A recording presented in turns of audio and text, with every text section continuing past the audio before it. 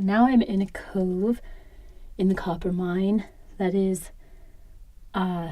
large enough for me to not quite stand in. I can't lift my head. I'm 5'2". I can almost stretch my arms out, but not quite. It's a roundish shape, and I'm facing the wall, but behind me the shaft does open to the sky. And I'm talking 3 feet behind me. It opens up to the sky. So this is somewhat enclosed, but not as enclosed as the main artery of the shaft where I just was.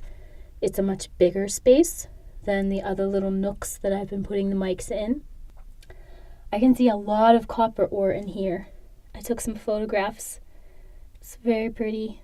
It's green through the sandstone. I'm going to take a walk down the shaft with my sistrum.